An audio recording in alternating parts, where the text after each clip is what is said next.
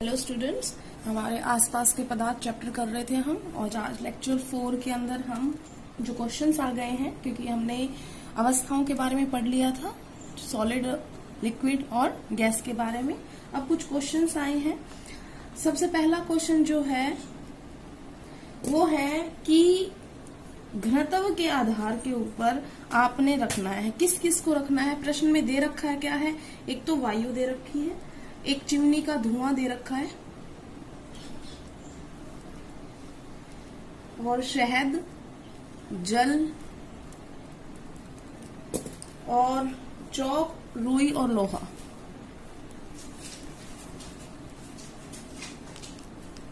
इन सब को घनत्व, डेंसिटी के आधार पे रखना है और बढ़ते हुए क्रम में रखना है। इसका मतलब इंक्रीजिंग ऑर्डर में। तो सबसे पहले हम कम घनत्व वाला रखेंगे, फिर ज्यादा और फिर ज्यादा। कल मैंने जब आपको बताया था अवस्थाओं के बारे में, तब मैंने बताया था कि सॉलिड के अंदर सबसे ज्यादा पार्टिकल्स नजदीक होने के कारण उनका घनत्व सबसे ज्यादा होता है। इसका मतलब हमें सॉलिड को सबसे लास्ट में लेना है, उससे पहले हम लिक्विड लेंगे और सबसे पहले हम कौन लेंगे, गैस। तो अब आप इनमें से चिन्हित कर लेते हैं। हमें सबसे पहले गैस, वायु गैस में आती है, गैस, धुआं गैस में आएगा, ये गैस। शहद और जल दोनों लिक्विड है, तो ये बाद में आएंगे। चौक सॉलिड है, रुई सॉलिड है, लोहा भी सॉलिड है। तो हम सबसे पहले लिखेंगे कौन सा। अब गैस में ये दो दे रखी है, एक वायु है, एक चिमनी का धुआं है। देखो, वायु तो नॉर्मल वायु होती है, तो उसमें जो आपको आसपास दिखाई देती है वही होती है। चिमनी का धुआं जो होता है वो क्योंकि चिमनी से निकल रहा होता है, तो वो थोड़ा गर्म हवा होती है, और गर्म हवा होती है तो उनके अंदर डिस्टेंस जो होगा वो ज्यादा होगा पार्टिकल्स के बीच में। इसलिए सबसे कम जो आएगा घनत्व वो चिमनी के धुएं का होगा। तो सबसे पहले चिमनी का धुआं आएगा, उसके बाद कौन आएगा। चिमनी के धुआं के बाद किसका ज्यादा होगा, वायु का, फिर वायु का होगा। वायु के बाद अब आते हैं हम लिक्विड पे, शहद या जल। अब आप दोनों की गाढ़ेपन से आप अंदाजा लगा सकते हो। पानी जो है नॉर्मल बह जाता है, शहद जो है वो थिकर होता है, तो इसका मतलब इसका घनत्व ज्यादा है शहद का, और जल का कम है। तो पहले जल आएगा और फिर शहद आएगा, जल और शहद। अब उसके बाद हम बोल रहे हैं चौक, रुई और लोहा। चौक, रुई अब सॉलिड में है तीनों, तो आप ये ध्यान देखो, एक चौक है, एक रुई है और एक लोहा है। अब रुई जो है वो सॉलिड तो है, लेकिन उसके अंदर देखो, रुई को हम दबाते हैं दब जाते हैं, क्योंकि खाली स्पेस बहुत ज्यादा है। तो इसका मतलब चौक में ऐसा नहीं होता और लोहे में तो बिल्कुल नहीं होता। तो इसका मतलब इन तीनों में अगर कंपैरिजन किया जाए तो पहले कौन आएगा, रुई, क्योंकि खाली जगह है। उसके बाद कौन आएगा, चौक, और उसके बाद कौन आएगा, लोहा। ठीक, ये होगा हमारा इंक्रीजिंग ऑर्डर में हमने लिख लिया। पहला क्वेश्चन हो गया है। जो दूसरा क्वेश्चन है आपकी बुक के अंदर वो है कि विभिन्न अवस्थाओं में गुणों से होने वाले अंतर को समझाइए। तो ये प्रश्न दो, कल मैंने जो वीडियो भेजी थी और उसके बाद जो रिटन वर्क दिया था आपको, वो यही क्वेश्चन था। ठोस अवस्था, द्रव अवस्था और गैस अवस्था में बहुत सारे अंतर दिए थे, वो इसी क्वेश्चन का ए पार्ट था। तो वो अगर आपने लिख लिया है तो आपको ये क्वेश्चन लिखने की जरूरत नहीं है। आप उस क्वेश्चन के ऊपर ही प्रश्न नंबर 2 करके ए डाल दें, तो वो आपका यही क्वेश्चन का आंसर है। फिर आते हैं हम बी पार्ट पर। क्वेश्चन नंबर 2 का बी है, निम्नलिखित पर टिप्पणी कीजिए। दृढ़ता, वैसे ये आप पढ़ चुके हैं, जो मैंने आपको समझाया था। दृढ़ता को बोलते हैं हम रिजिडिटी। बेटा मैं आपको ये सिर्फ समझा रही हूँ, रिटर्न वर्क मैं आपको अलग से दे दूंगी, तो आप वहां से अच्छी तरीके से नोट डाउन कर लीजिए। यहाँ पे सिर्फ आपने ये समझना है इनका मतलब क्या होता है। तो दृढ़ता मैंने आपको बताया था, सॉलिड जो होते हैं वो रिजिड होते हैं, दृढ़ होते हैं। और क्यों होते हैं वो, क्योंकि उनके जब पार्टिकल्स हैं बहुत नजदीक होते हैं। जब नजदीक होते हैं उनके बीच में स्पेस नहीं होता, तो जब उनके ऊपर प्रेशर लगाया जा रहा है तो वो अपना आकार नहीं बदल रहे। इसी को दृढ़ता बोलते हैं, कि वो जो जैसा है वो वैसा ही रहेगा। ठीक है ना, तो दृढ़ता है, तो इनको हम नहीं चेंज कर सकते उनके आकार को। सॉलिड जो होते हैं वो ये प्रॉपर्टी दिखाते हैं। ठीक है, उसके बाद हम आते हैं, इसमें अगला गुण दिया था संपीड्यता। ये भी आपको उस दौरान समझाया था। संपीड्यता को इंग्लिश में बोलते हैं बेटा कंप्रेसिबिलिटी। संपीड्यता का जो संबंध होता है वो आयतन से होता है। कि आप देखो, अगर ठोस पदार्थों में स्थिर आयतन है तो संपीड्यता उसमें क्या होएगी, बिल्कुल नहीं होएगी। आयतन का मतलब एक निश्चित वॉल्यूम रख रहे हैं वो। अब जैसे हम वो दाब का ही लगा रहे हैं, अब कणों के बीच में जो खाली स्थान है, अगर वो आकार चेंज नहीं होगा तो आयतन भी तो चेंज नहीं हो रहा ना उसका। अब हम यहाँ पे बीच में खाली जगह थी, हम उसको दबाएंगे तो वो थोड़ा नजदीक आएंगे तो शेप में बदलाव आ जाएगा उसकी। तो शेप में बदलाव आ गया, जैसे लिक्विड में थोड़ा सा आता है तो इसका मतलब लिक्विड थोड़े से कंप्रेसिबल है। लेकिन गैस को अगर कंपैरिजन करें तो जैसे मान लो गैस इतने बॉक्स में भरी हुई है कोई गैस, ठीक है ना, और फिर हम उस पे पिस्टन से प्रेशर लगा के बिल्कुल उतना से डिब्बे में बंद कर देते, क्या हो सकता है? हो सकता है, क्योंकि गैस के अंदर पार्टिकल्स के बीच में डिस्टेंस बहुत ज्यादा होता है, हम उसको कम कर सकते हैं। तो ये होती है संपीड्यता।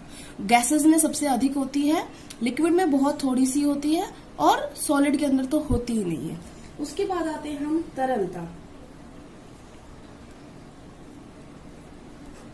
तरलता जो होती है ये सिर्फ द्रवों का गुण है।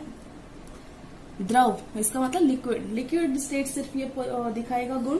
इसके अंदर तरलता जो होती है, एक तरीके से मैंने आपको इसमें बहाव बताया था, अगर आपको ध्यान हो, फ्लूइडिटी भी बताया था, ये इसी के अंदर आती है।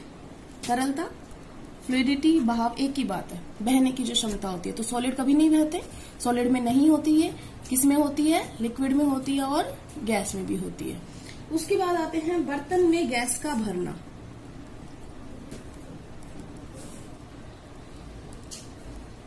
कोई भी गैस होती है, जिसने बोला है बर्तन में गैस का भरना। गैस मैंने अभी बताया था, अगर मान लो इस कैप के अंदर कोई गैस भरी है और मैंने इसको बंद कर रखा है, ठीक है, अब ये ढक्कन खोल के अगर मैं किसी बंद बॉक्स में उसको ट्रांसफर कर दूं तो वो पूरे बॉक्स में फैल जाएगी।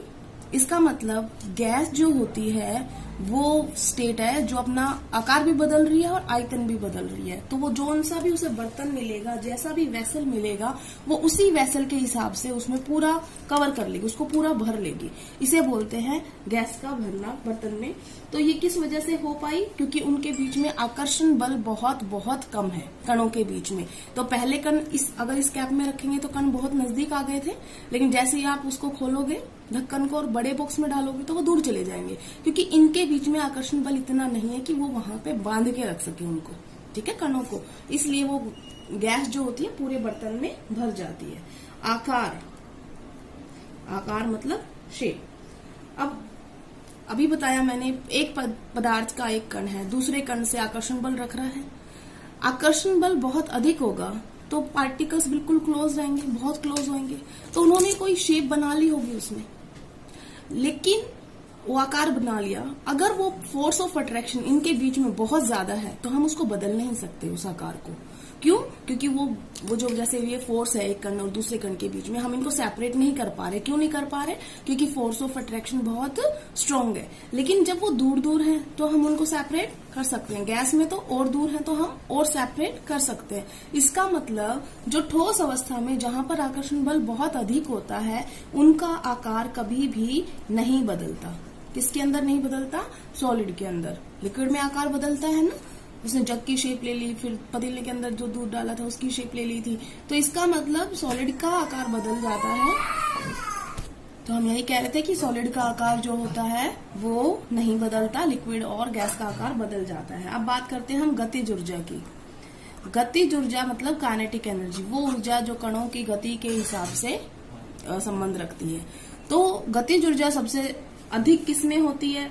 उसमें सबसे अधिक गतिज ऊर्जा होगी। ये मैं पहले भी समझा चुकी हूँ। सॉलिड के अंदर सबसे कम, लिक्विड में थोड़ी ज्यादा और गैस में सबसे ज्यादा। घनत्व की बात कर रहे हैं, घनत्व को क्या बोलते हैं हम? डेंसिटी।